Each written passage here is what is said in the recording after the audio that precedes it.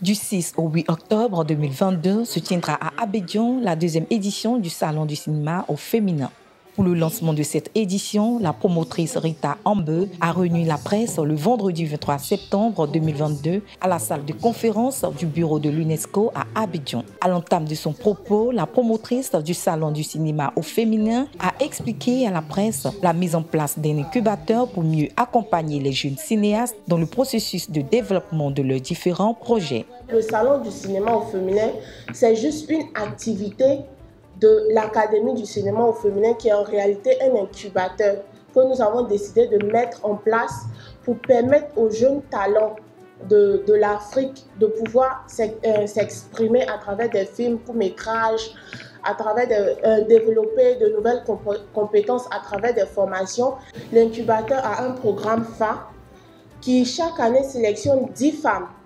Et ce sont ces 10 femmes-là qui bénéficient de formations, d'accompagnement pendant toute l'année jusqu'à la production d'un court-métrage. Rita Ambeu a également annoncé une innovation prévue cette année qui pour elle est d'ordre majeur. Cette année, on a décidé d'ajouter au salon une phase héroïne du 7e art, donc à la soirée de clôture, pour un peu honorer ces femmes-là, ces femmes qui ont commencé le cinéma. À travers la presse, j'aimerais dire merci au nom de tous les jeunes cinéastes, toute la jeune génération. J'aimerais leur dire merci pour leur part, parce que c'est grâce à eux aujourd'hui on a la force de rêver, on n'a pas peur d'oser, de faire de grandes choses. C'est grâce à eux, c'est parce que eux nous ont montré le chemin. Sur la table de science, Paul Félicia Cuyot, la lauréate du concours de pitch de la première édition, a été présentée à la presse.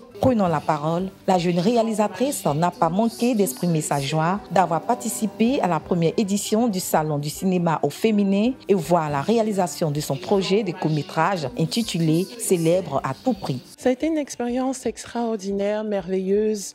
En tout cas, le Salon du cinéma au féminin est un incubateur pour les jeunes cinéastes, réalisatrices qui rêvent de pouvoir se projeter ou de pouvoir entrer dans ce milieu. Concrètement, j'ai été accompagnée, comme je le disais tantôt, dans mon film, dans mon court-métrage Célèbre à tout prix. Et donc, j'ai eu l'assistance, j'ai eu le soutien de plusieurs professionnels du milieu. Des partenaires présents à cette conférence de presse ont réaffirmé leur soutien total à l'événement. Le message du roman, c'est de félicitations pour la promotrice Madame Rita Ambeu. Et il leur dit que nous les soutenons, nous les appuyons donc institutionnellement parce que le thème et tout ce qui découle donc dans cette initiative-là nous intéresse. Quand on parle de cinéma au féminin, tout ce qu'on voit, c'est quoi? C'est de la formation qu'on va donner à ces femmes-là, les sensibiliser aux différents métiers du cinéma.